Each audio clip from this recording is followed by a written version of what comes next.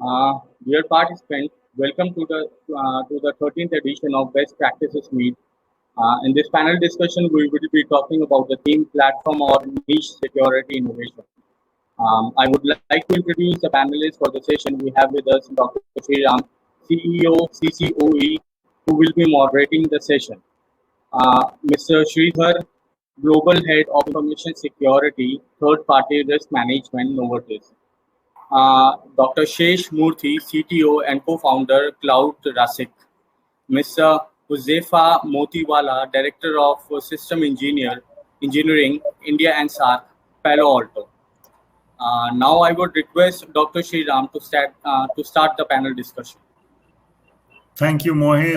Hello, everyone. Can you hear me? Can you hear me? Yes, we can.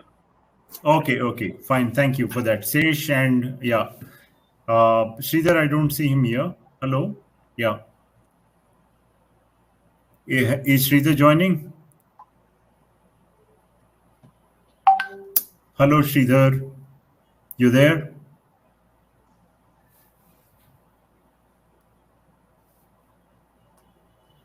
Hello, Vibhor or Akhil? Yes, sir. He is joining, sir. He's joining, right? Yeah. We'd like to have the full panel here before we get started. Sure. Okay. Yeah. So, hello, everyone. Welcome to this panel discussion while one of our panelists is still joining in. This is a topic, basically you would see that platform or niche innovation. Okay. So the topic is platform or niche security, new use cases when security is getting consolidated, standardized, and commoditized. Okay. So this is one topic that I felt would be of interest to everyone. It is not an elitist topic. This is there widespread and everyone should be concerned about this. This poses major challenges, right? So now we take, hello, before we get started off, is Sridhar joining us or is there some glitch?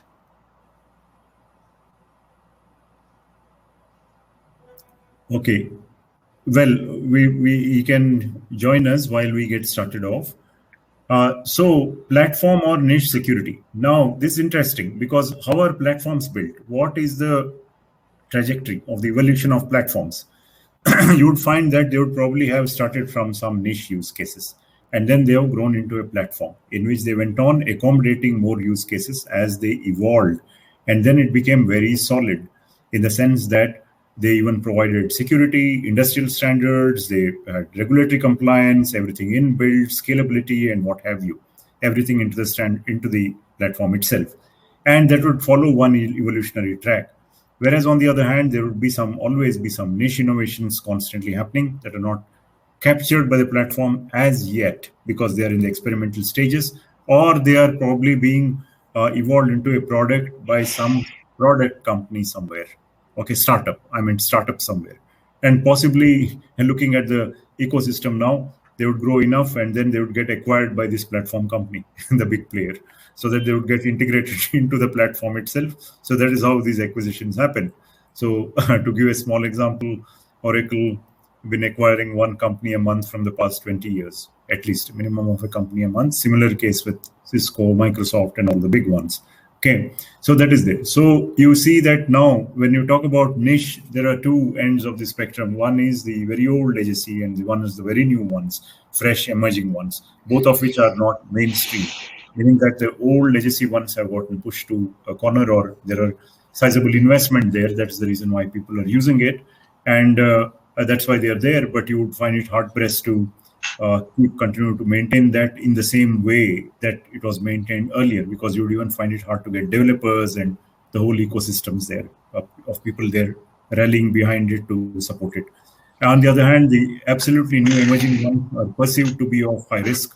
So, and then how would they take it? Or only a few people early adopters would be there, and then they would then slowly become mainstream if the use cases are good enough and they address a problem that is of wider interest. Okay, so with this, what happens is let's delve a little bit more into this platform and use case, platform or niche security.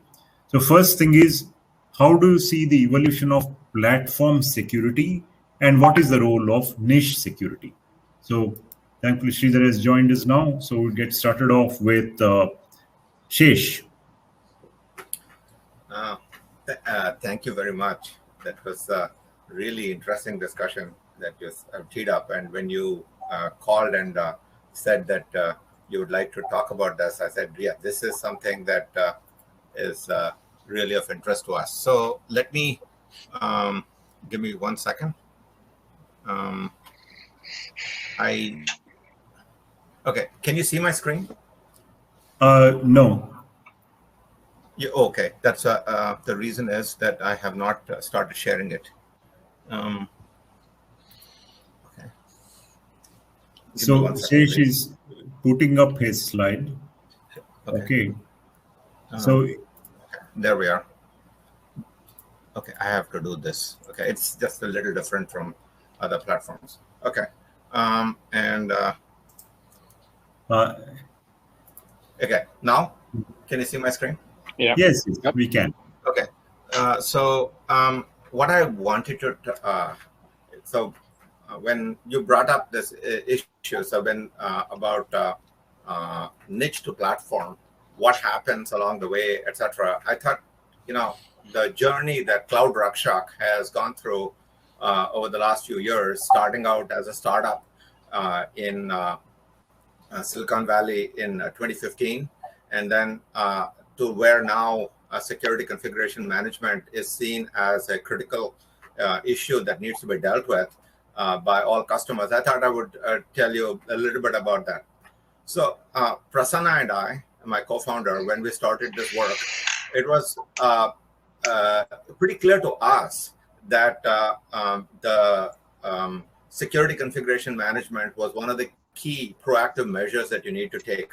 And that was because we found that customers were leaving their doors wide open when they were moving to cloud. And this was happening even on-prem. And the key issues that we had seen were that, the workloads were becoming very large. They were dynamic. The people were moving to hybrid and multi-cloud. And most importantly, they lacked security skills. So we saw this problem. But the interesting thing is that when we then went to talk about it to customers, they said, we're doing fine. We're okay. We don't have a problem. And it took a lot of education of the customers to show them what it was that they were missing and going forward. Interestingly, even when we talked to Gartner, when we started up, they said, you're solving a problem of a meteor strike. But they quickly came around, okay? So to their credit, they gave us they recognized us with the Gartner Cool Vendor Award quickly afterwards, etc. But bottom line is that when you start out like a niche this way, it takes a couple of things to move to a platform. And so the first thing that happened was the data came in. All the things that I had been seeing and that many of you had been seeing started coming in. So Gartner now reports that 95%, can you believe that number, of cloud vulnerabilities are caused because of security misconfigurations. Somebody forgets to make sure that their S3 bucket is not open to the internet or that it's encrypted, etc. Somebody else forgets to set up their access controls correctly. And Coalfire reports the same thing. 61% of top vulnerabilities across the area are because of this. And you can see what's happening out here that, most of these things that are circled are security configurations that need to be managed. So, yeah, so data came in, people now recognize it. But a second really interesting thing happened, and Huzefa mentioned this, and I'm sure he's going to talk about this in more detail, that COVID happened, right? And when COVID happened, the management of employee endpoints became extremely difficult. And I like this sentence. That's because of remote work, organized attackers, disorganized responses, and limited resources. What a perfect storm, right? And so the data came in that showed that people need to move to manage the security configurations comprehensively, continuously, and consistently. And then COVID happened, and then people found that their employee laptops were all over the place, and that there was programs that were running that shouldn't be running. That there were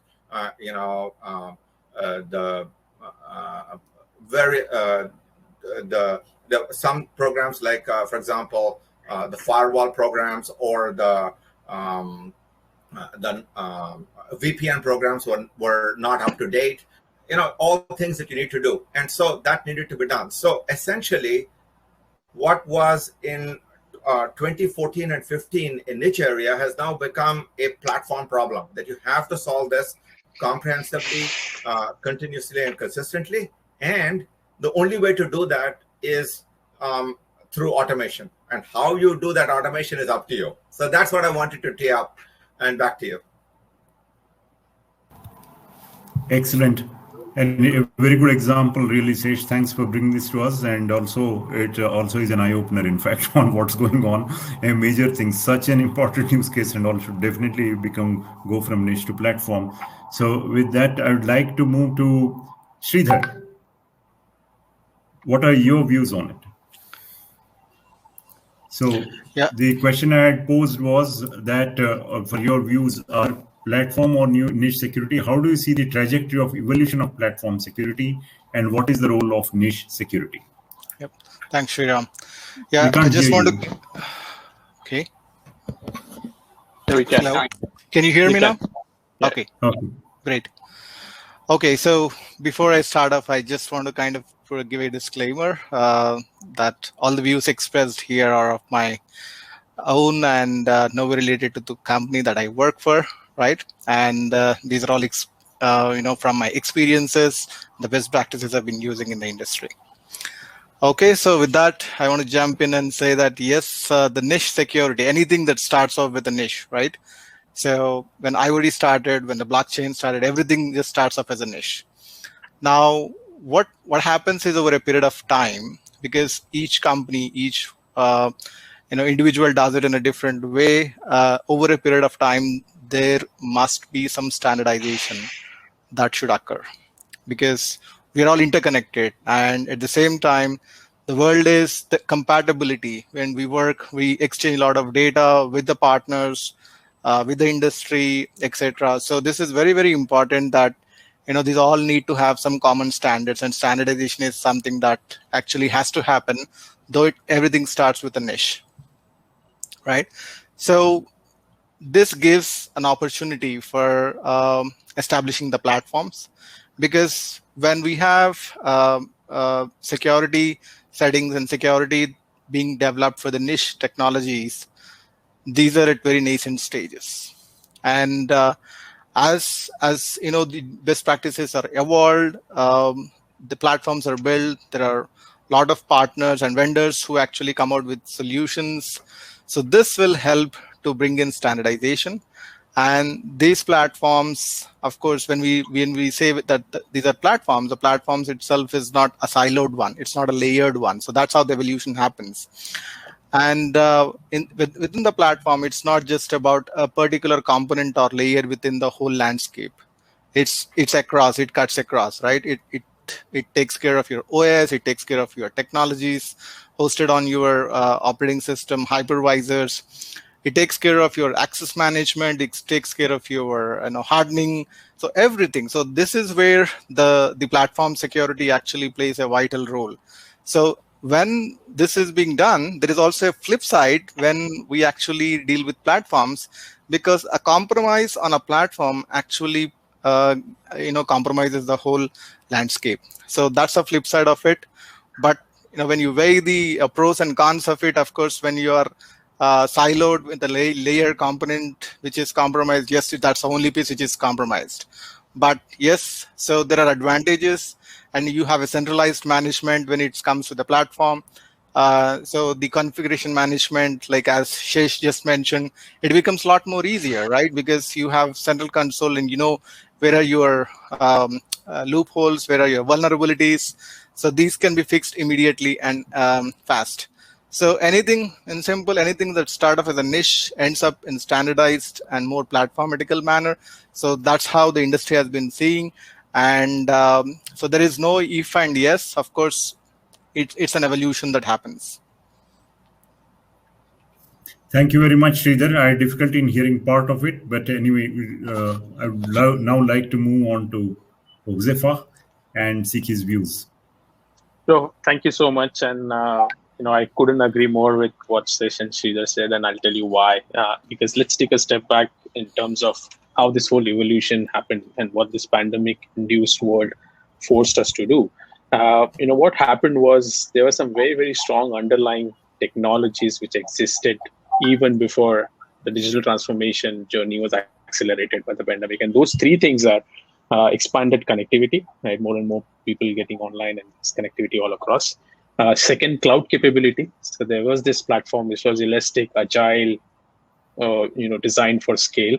And the third thing is AI/ML, which helped make sense of these masses of data and help drive some really, really critical business decisions. And what happened was companies, even in these times of difficult times, saw opportunities coming out in this moment of crisis. And we saw people and company trying and ensuring that there's remote productivity continues even with this set of dispersed people, or people going and doing things around, contactless experience for the customer, or in fact, some very, very good examples coming in the healthcare and education center with, equitable access, ensuring telehealth and remote learning, right?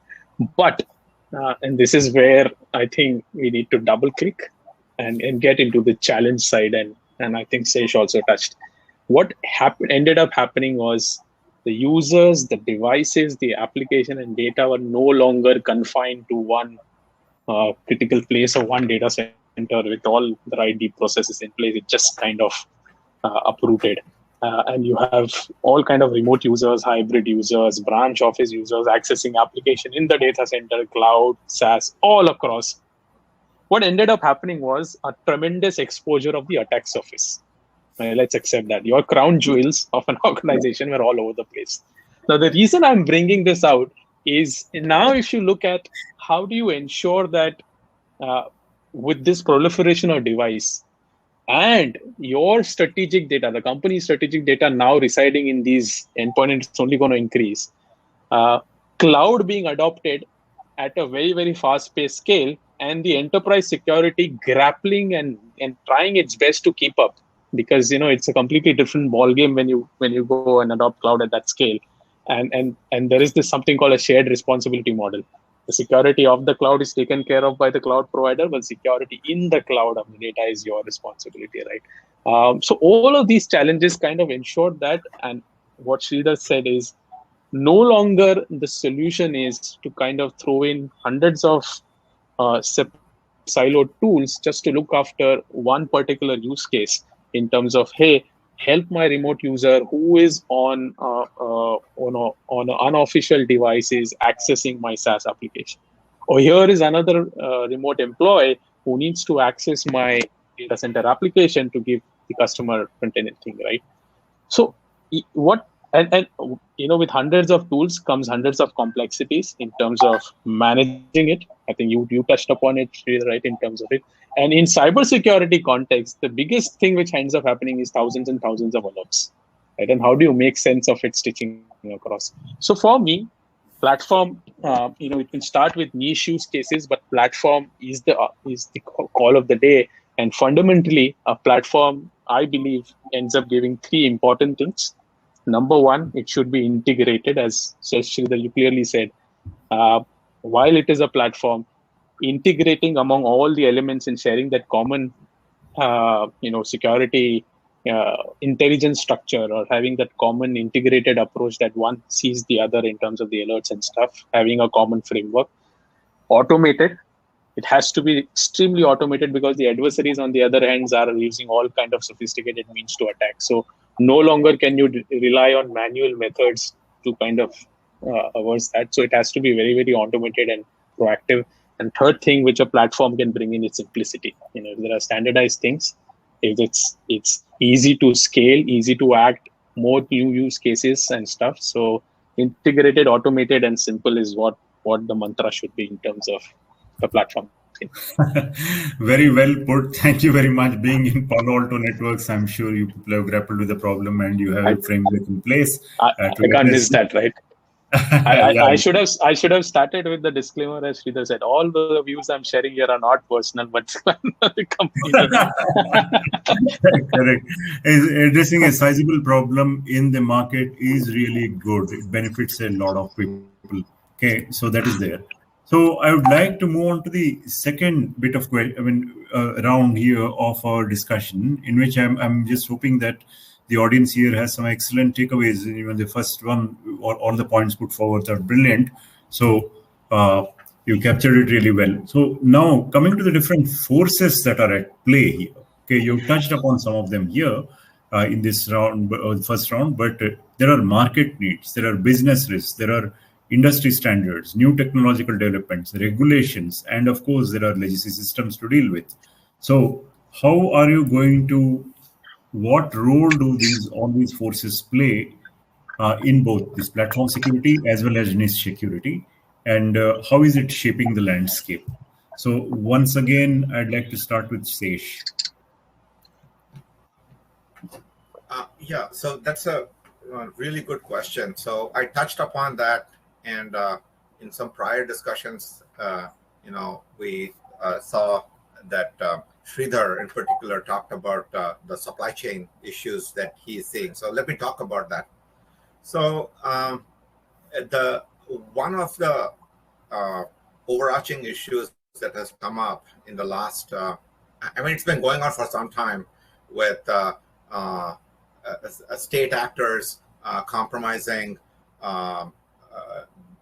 So supply chain attacks is what I'll start with, right? And what's happening out there.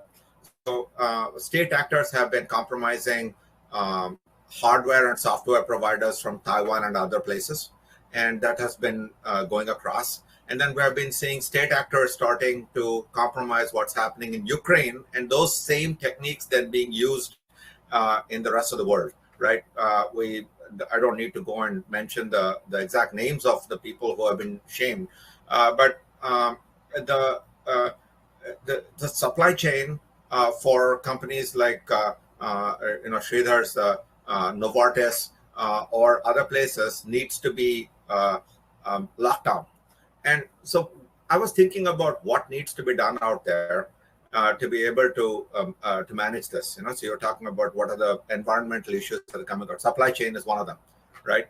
And so the thought is that Malcolm Harkins, who used to be the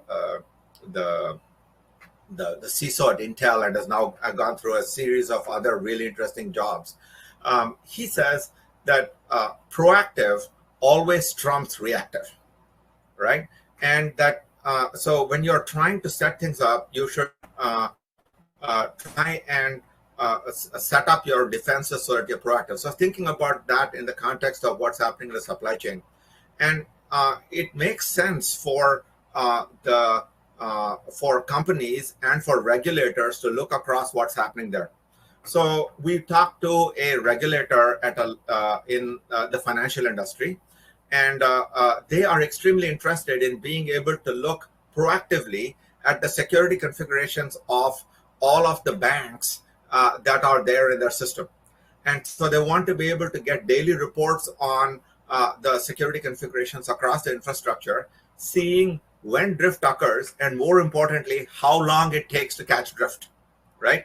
Because that, if you can proactively prevent drift, then it prevents the threat actors from landing in and then from spreading, right? So that's the one thing that is really important. The other thing that occurred to me when Sridhar was talking about this was that the threat actors, they depend upon these misconfigurations to be able to spread. And something else that's happening is that if you look at outsourcing contracts, right, this is a really important point. They have not caught up with the reality that you need to do the security configuration management comprehensively, consistently, and continuously, right? And so the outsourcing contracts leave open how long it takes for you to catch the drift, and more importantly, how long it takes you to remediate it. We are finding that in places like in payment banks, it is the misconfigurations have lasted several quarters, and which is out of the way. So that is one of the things that I wanted to talk about. The systemic issues that's coming up that needs to be dealt with by proactive management, and among other things, proactive management of security. Excellent, Sesh. Yeah, those were very good insights, in fact. Okay, these are the things which are the big elephant in the room that nobody has addressed. Those are the things that need to be grappled with and then be automated and also be presented as a solution, as a platform solution. That is the way to go forward, in fact. Okay, so actually I would like to touch upon a little bit that the way forward is obviously a great deal of automation there and AI being added to the mix, that increasingly systems are going to become more and more intelligent, because it's very hard to manually deal with things and the scale and sophistication of attacks that are happening. Okay, so with this I'd like to move to Sridhar for his views. Yeah, sure. Thanks, Shesh, for your views on that. I think if you look at the business needs, right, I think it's very clear for any organization for them to kind of ensure that, specifically in the supply chain risks that are out there, because these are becoming more and more important. And we also have seen recently the SolarWinds attack, etc. Right, so those kind of things actually give out the the vulnerabilities, and also I would say probably if you talk about with regards to SolarWinds, I think it's very important how the change management specifically is carried out, right, within an organization. And if the same product is being used by multiple other partners in the ecosystem, it even blows up the risk, right? Because if it were just the system or the application or a platform being used by just one of your organization, but now this is being used by hundreds and thousands of organizations out in the world, right? So it's a difficult problem to solve, honestly. Yeah, do we have a one size fits all? May not be, because we are actually in the world of interconnected, as I said, and we need standardization. Maybe we need some processes around it. Sometimes we do not have tools and technologies all the time and the platforms that actually meets our needs.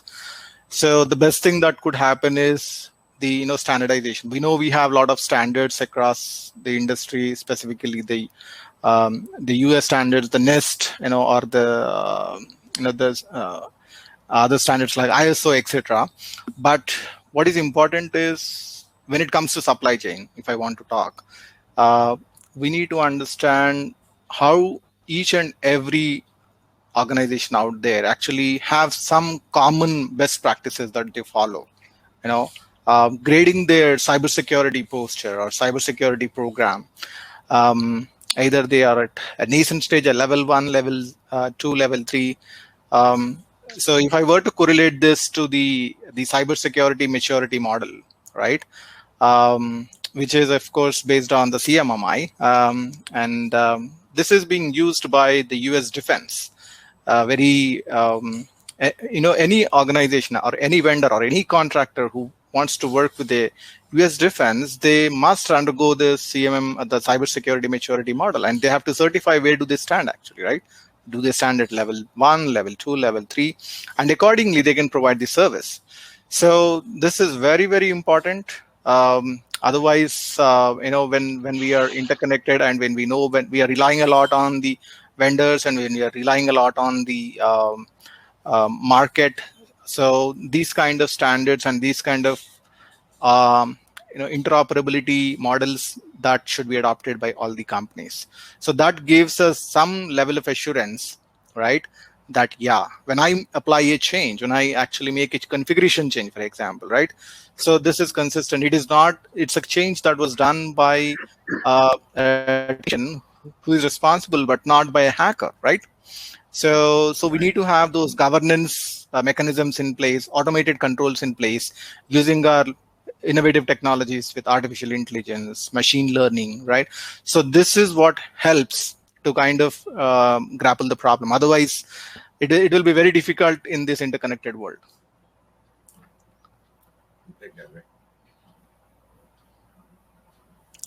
Sriram, we can't hear you. I'm very sorry.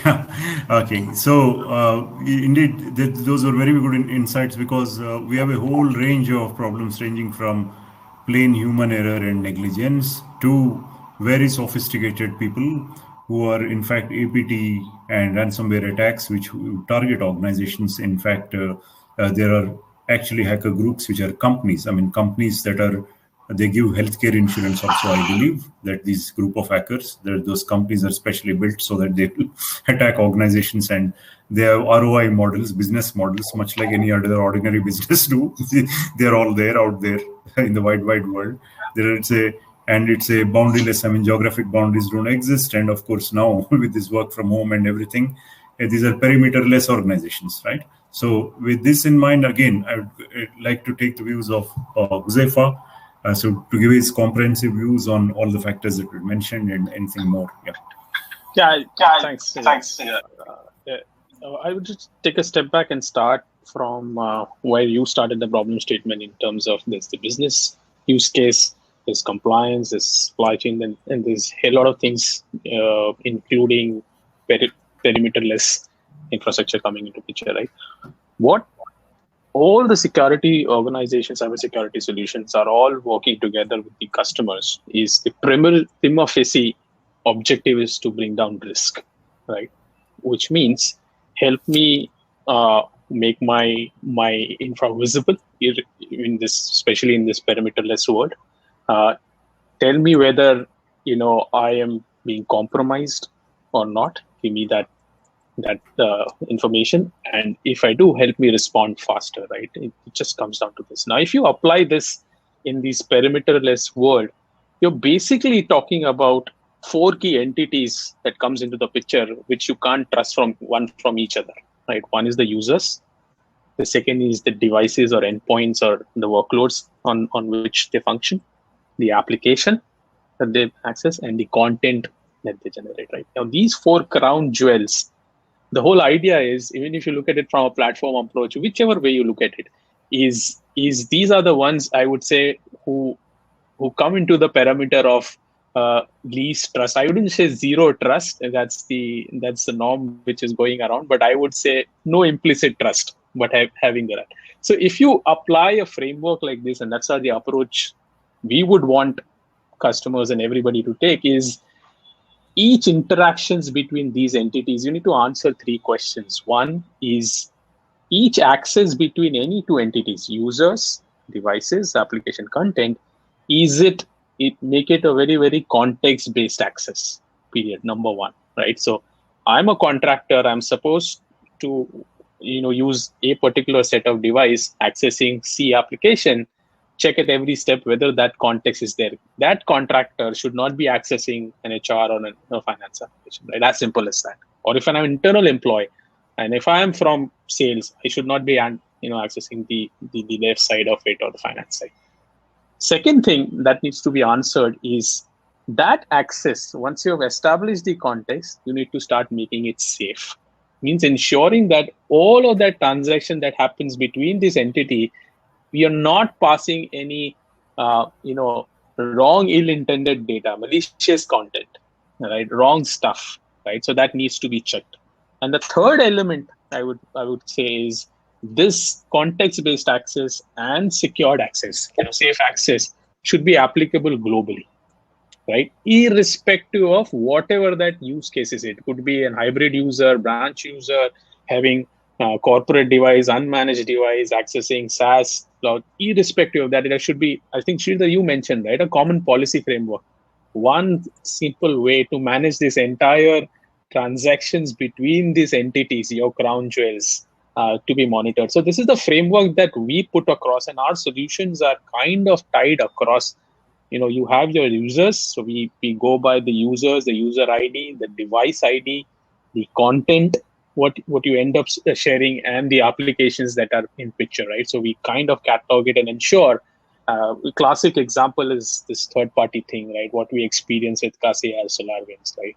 If and they kind of, I say it was sacrilege of sort, because they kind of question that unquestioned trust between a vendor and a customer, right? And that's where it penetrated from using some advanced means. So even in those scenarios, you need to have these context-based access, secured access monitored for every entity coming into the picture or going away from an organization perspective. So this is a framework I would put forward in a platform. Excellent. Thanks, Josefa. Actually speaking, of course, there are various different access of security governance, basically from the board level when it comes to the management, and of course the business units, and then the operations. So the governance would first of all look at, should include rather, the strategic alignment with the business, okay, the strategy to support the organizational objectives. Then of course the next level is the risk management, saying that what are the measures by which we can manage, mitigate risks to reduce the potential impacts, right? To bring the risk down to an acceptable level, basically. And then, of course, the value. That means what's the value? Basically, how do you organize?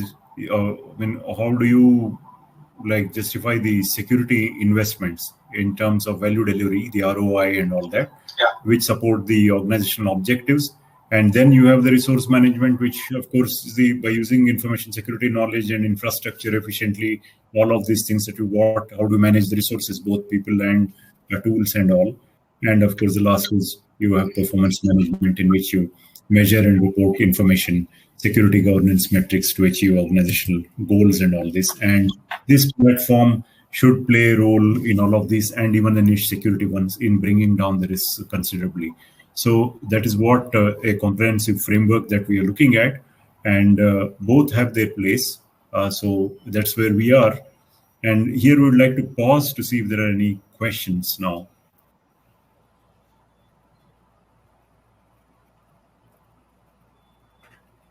Okay, there's one question here, which says, please share your views regarding the focus on business-driven risk-based cybersecurity approach instead of threat and vulnerability-based development. Okay, who would like to take that? Probably I can take it up. Sure, please. Yeah, thank you. I think it's a very, very important question, right? Sometimes we all just get down or get deep into, because as a technologist, we always kind of look at, oh, I have to kind of implement this high-end, devices and tools and technologies, etc. But we really forget about, how much is it going to solve my business problem, right? Are we overdoing it? Probably yes, right? Without understanding the business risk. So it's very important, and that's one of the main reasons today, the CISOs, the first thing that they have to understand is, what is that I'm trying to solve? What is my objective? Is my objective just to kind of deploy, high-end tech tools so that it can protect everything in this world? Of course, may not, right? So there are so many APTs out there in the world who are very smart, who can actually crack any kind of things, unless, you really know what are your crown jewels, as Josefa mentioned. So you need to really focus on your crown jewels and not try to kind of put in a lot of controls, technical, procedural, process level controls everywhere and across the organization. Is it really worth? Of course, then, yeah, probably you may have to have such controls. But if there is no risk, and at the same time, if the risk is not at all existing for the business, probably, if your data is probably public view only, right? If it's available on the internet, why do you really want to or care too much about securing those data elements, isn't it? So it's very important that you first identify what are your critical assets in the organization. That's the first and foremost step. And then probably start applying, because if you apply your qualitative and quantitative techniques from risk management, you would understand, okay, what if this particular asset gets compromised, right? So do I have, for example, a regulatory finding, or maybe do I lose trust in the market, or maybe do I have a financial loss, right? So you need to kind of put in the qualitative and quantitative numbers to all of this, and then accordingly put your controls, But of course, when there is, I would say, and whether all these controls enable your business to kind of do better, or is it actually stopping your business to move forward? If it is stopping your business to move forward, then that's where you need to step back and think. So over to you, Sriram. No, I just want to add, Sridhar, to Sridhar's point, Sriram, is, I think he did a fantastic job of laying down the three-step approach. And I agree that to a certain extent, even in cybersecurity, there is this FOMO thing which comes in, which is the fear of missing out. Right? And that is where I think what needs to be started off, and something that we advocate very, very vocally, is start with a business value assessment, right? So we as Palo Alto are extremely vocal about it, because it all starts with your business risk. Business risk translated into financial risk, as you said, and financial risk translated into IT risk, right? And those are the three critical elements which comes in. So I think very good question by Niranjan, and I'm glad you brought this up. Yeah, absolutely. Can I add to that? Oh yeah, certainly, please. Yeah. So this is a really good point brought up by Sridhar and by Josefa. So there are only three things to really care about. One is that you have to reduce your, residual risk, right? That's the thing. You have to do it cost effectively, because if you don't do it cost effectively, then you're in trouble, and so the board will throw you out, right? And then you have to take into account what needs to be done to be able to make your business prosper, right? So, for example, companies want to be able to deploy software quicker. When in 2010 it was a year before you deployed things, and now you got a CI/CD pipeline where you deploy things continuously. So those three things, right? Reducing your residual risk, doing it cost effectively, and then making sure that you, in the process, you're not the security doesn't get into the business of into the Department of Business Prevention, right? Those are the three things that you need to manage, right? So how you do this, right? So you need to automate and be able to do this well. You need to be able to automation alone is not enough. You need to look at your processes and make sure that new bottlenecks don't develop along the way that create problems, right? So so you need to innovate not just on automations. For example, in automating remediation in security configuration management is not enough. You need to shift left the issues associated with it. So getting back to the business discussion, you need to look at what your business metrics are, and I'll challenge you to come up with a fourth one that matters, right? Reduce your residual risk, cut your costs, and make your business prosper. Take a look at it from that point of view, and you will do well. Excellent takeaways for the audience. I'm so happy that all these points have come up. I hope people are noting these, making notes really, because coming from experts, they are really valuable, born of expertise and experience. So frankly, in this entire game, right? So there's an absolute need to dollarize.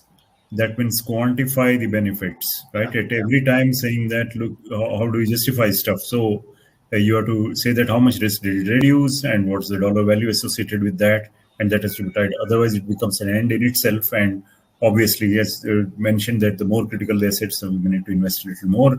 But then there is nothing like 100% safe. Even a Z category security for a person, you cannot, just like in the physical world. How much more safe can you? You guys really desperate will do anything to get there, right? So you need to, of course, have those backup and recovery plans as well, in spite of all of these. So that's one thing that I'd just like to touch upon, in case people get a feeling that adopting a platform approach and the niche security approach, you're done. You're deployed that, you're doing that, and all this thing. So what about the other side? So we talked about the mitigation, but the contingency plans also merit discussion. So very quickly, just go around the table and say, what about the contingency plans? Sesh? Right. So contingency plans are obviously critical.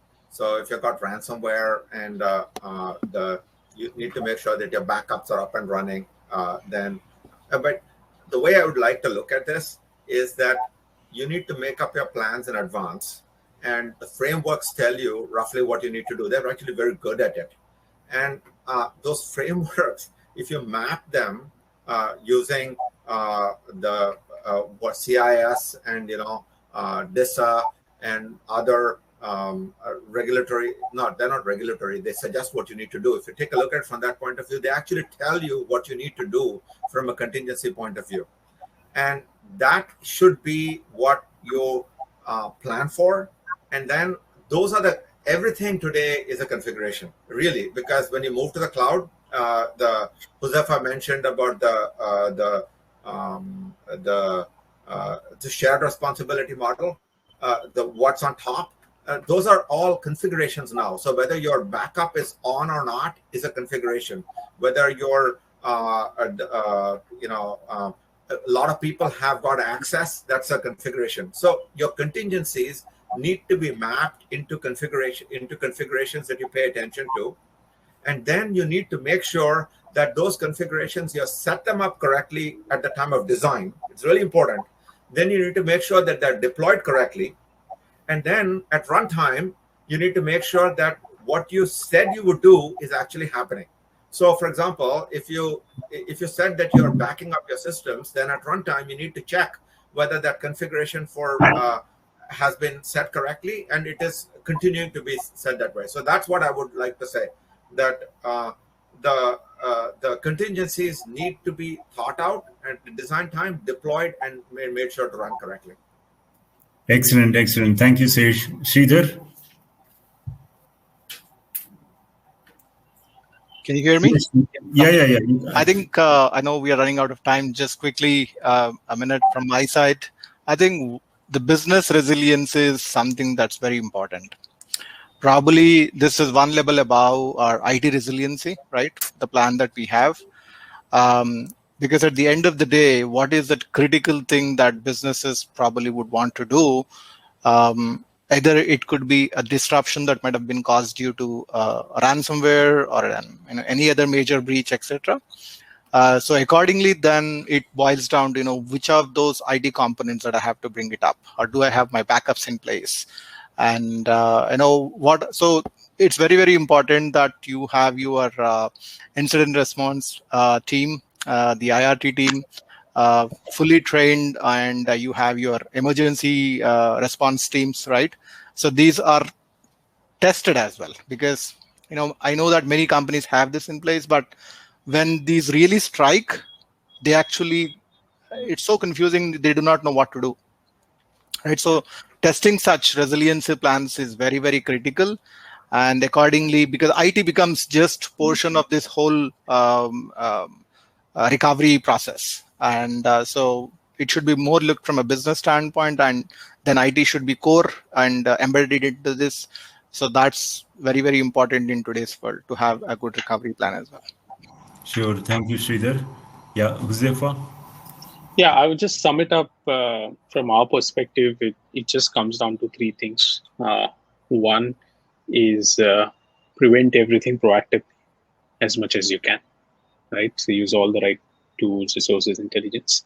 For those you can't, detect fast, and detect using, again, a very, very sophisticated advanced means and automated means to do that. And once you do that, the last piece which comes in is response, right? So protect, prevent, detect, and respond. And respond not only in terms of, let's say, an example of ransomware or stuff, in terms of ensuring that further proliferation is stopped, the identified endpoints are quarantined, but respond also means having a very, very robust last known good backup plan in place to kind of come back in service. So as part of the IT services plan, resiliency plan that Sridhar Shesh also talked about in terms of. So yeah, I would probably sum it up into these three categories.